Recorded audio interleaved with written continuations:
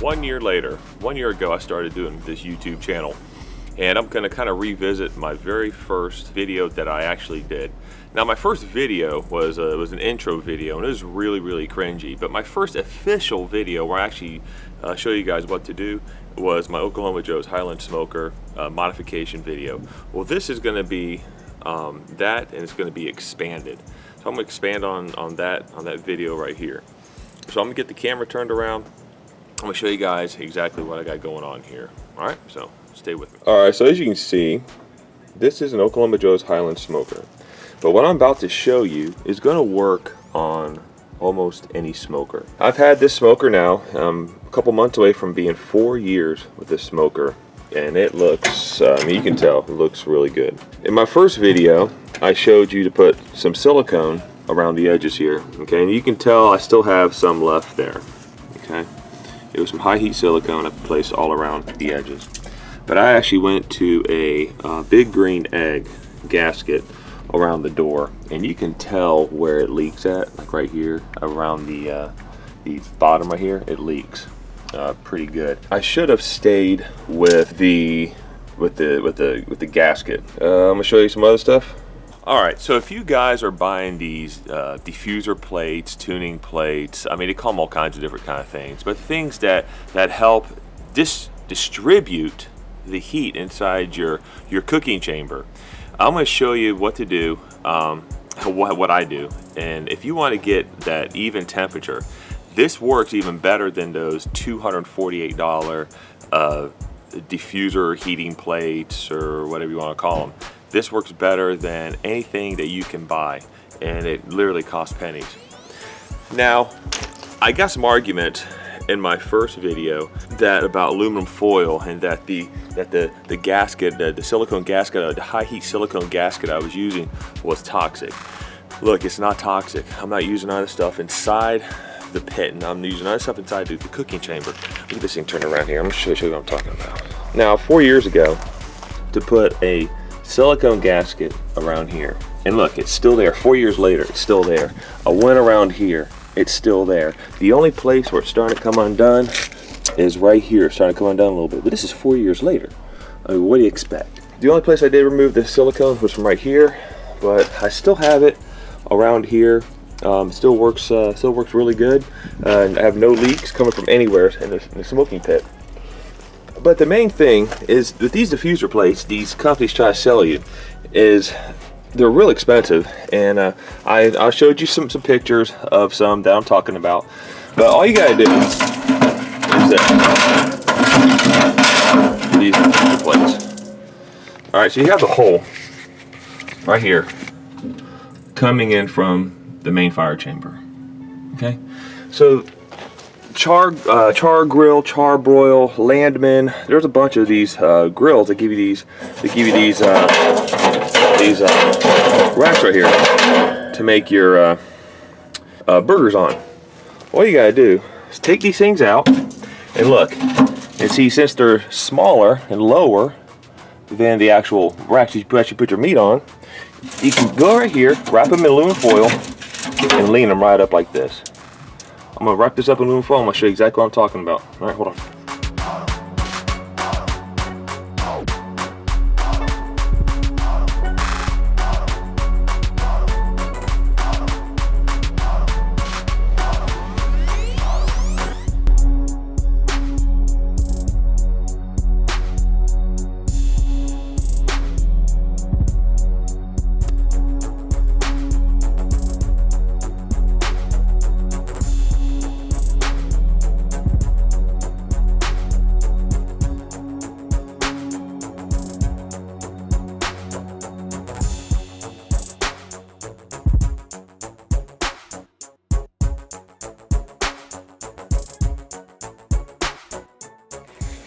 just like that.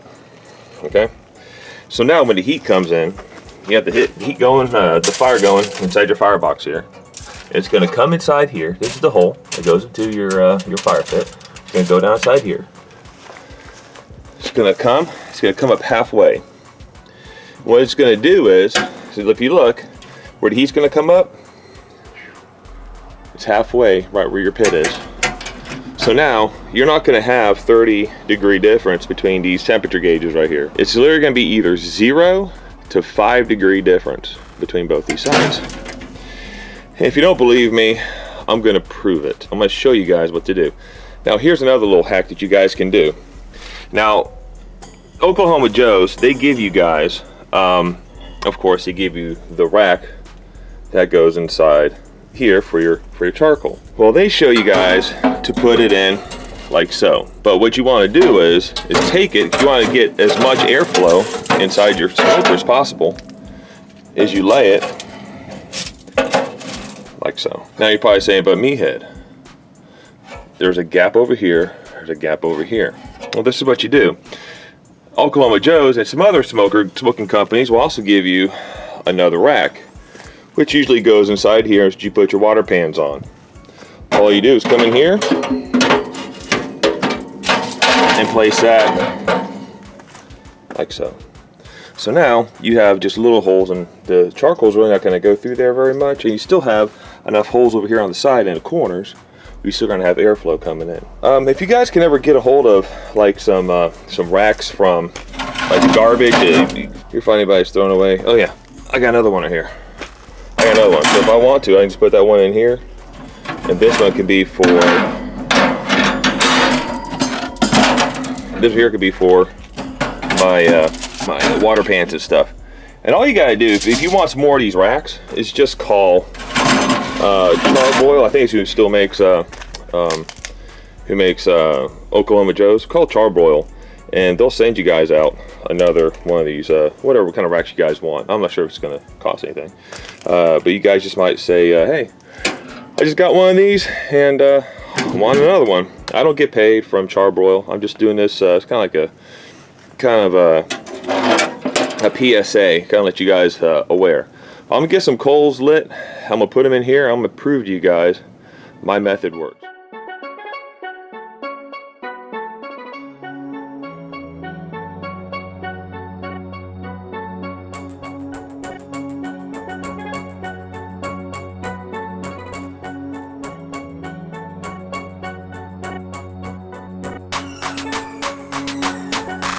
Alright, so while I'm waiting for these coals to get lit, I just want to bring up another point that from my last video where people were trying to argue with me about the whole aluminum foil thing. Let me tell you what, aluminum foil, it can catch fire, it can melt, anything's possible. I mean, Captain Crunch riding on a dragon that poops ding-dongs and ho-hos and Twinkies can land on my kitchen table, you know, and leave me presents. Okay, anything is possible, anything can happen. But what you want to do is you want to use, and this is actually my aluminum foil I had for 1 year ago. I still have not used all of it. This is 750 feet, right here, square feet of aluminum foil. I got this from BJ's. I'm still using it. I mean, yes, it's running pretty darn low, but I've used this for just a ton of cooks. What you want to do is use yourself a good, high quality, heavy duty aluminum foil. If you use the non-stick, like Reynolds Wrap non-stick stuff, that non-stick stuff, it has a chemical on it, and that chemical is going to give higher possibilities of it melting or of it something happening to it. But let me tell you what, I've used this method hundreds of times. I'm literally hundreds of times, not just from what I've used. I cook on this thing even off of camera. I don't even, most of the videos I record is just a fraction of what I use this smoker for. I mean, I use it for everything. It's a smoker, griller, I use it for everything. But use a high quality aluminum foil, because I have yet to have any mishaps. This foil here that I do this, the diffuser plates, has never ever melted. That has never melted. Hundreds of times I've used it, okay? Costs absolutely nothing. I put a line on the bottom, okay? That has never ever caught fire, ever, not once. Not even one time, 0 times. You can tell I've been messing with charcoal, right? See, hands are dirty. So I'm waiting for these charcoals to get lit. So don't even worry about the foil and anything else. That's about it for right now. Charcoal baskets. Here's a nice little charcoal basket hack that I did. This rack right here used to hold like records and stuff. It's just a metal rack. I've used this thing for the last, 3-4 years. And then I have a couple of rocks. I have a couple of like paver stones here that was just like left over from when I did a little patio on the back of my house here. And I just put those kind of like on the side. All right. So I just poured a coals in here, and you're good. If you want to go with the snake method, what I've done is I've actually gotten vegetable cans, filled it up with sand, and you could put one right here. All right, and put one right here, and it will actually snake around. Okay, it doesn't cost you anything. Or if you want to put one here and put one here, it'll make it a little bit more curvy. It's another little hack I did.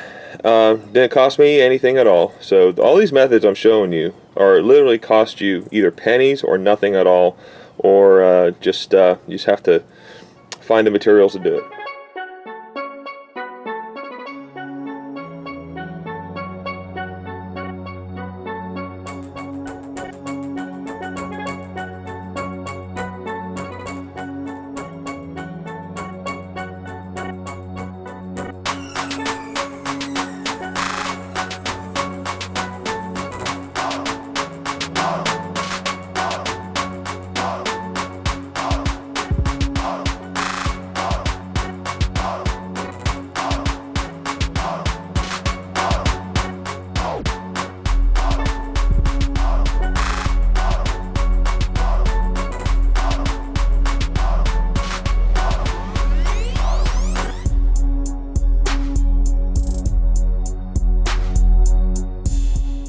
So I'm about 20 minutes in right now, and I just want to show you guys a little beef I have with putting the big green egg gasket around this lid here.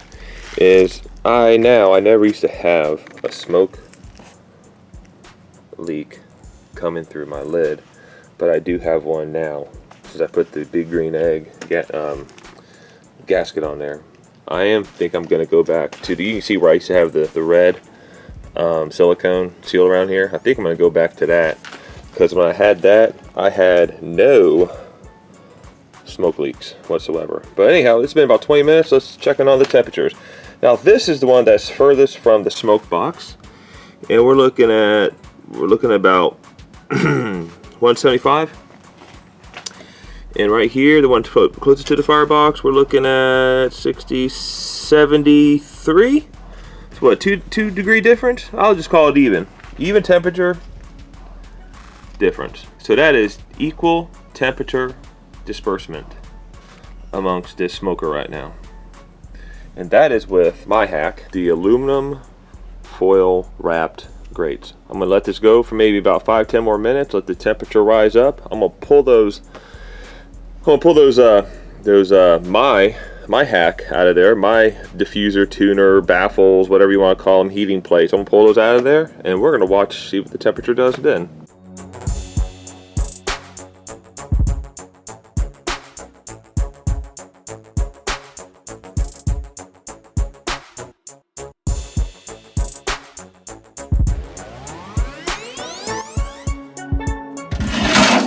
This is my point, y'all. Don't let these companies take your money. Don't let them rip you off. Okay? There we go. Right there. By the way, I do my own stunts. It's freaking hot, but here we go. There we go. Alright. Now let's pay attention to what the temperature gauges do. Alright, so it is, right now, it's 11:04. Right there. It's 11:04. I'll be back here in, I don't know, 20 minutes to see what the temperatures do.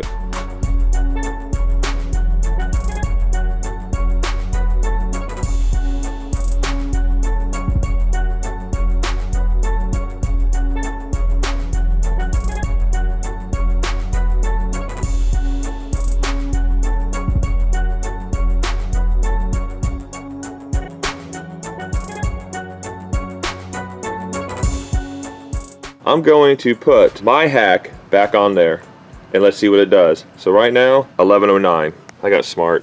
Tell you what, it's a lot harder doing this by yourself. Let's check it out. It's 1109, I'll be right back.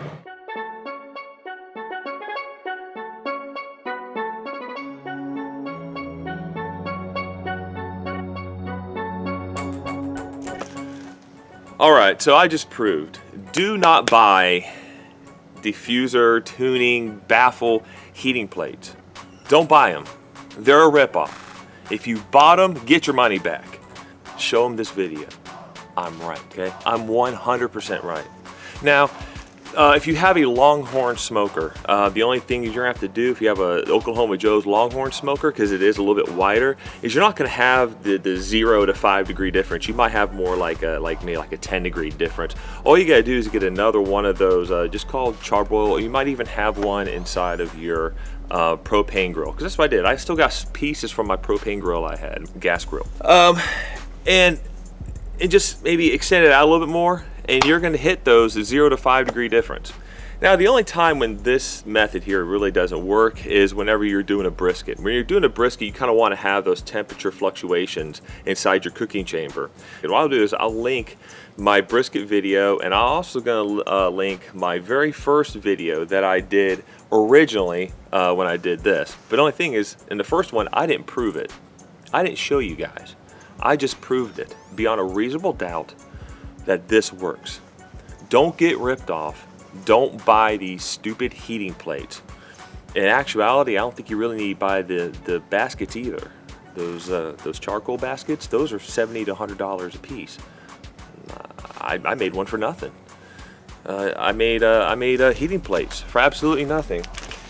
The only thing it cost me is this. I use this anyhow when I barbecue. I got this a year ago, 750 square feet. This has lasted me over a year now. So honestly, if I sound like I'm kind of perturbed, yeah, I am. Because I don't like seeing you guys get ripped off. I don't want you guys getting ripped off by these companies that are trying to sell you these high dollar, $60 to $248 heating, diffuser, baffle, tuning, whatever else you want to call them. All right, they go by many different names. Anyhow, if you like this video, subscribe to me. I come up with stuff like this all the time. Subscribe, like, hey, share this video. I appreciate you guys joining me. You have a good one. I'll see you on the flip side.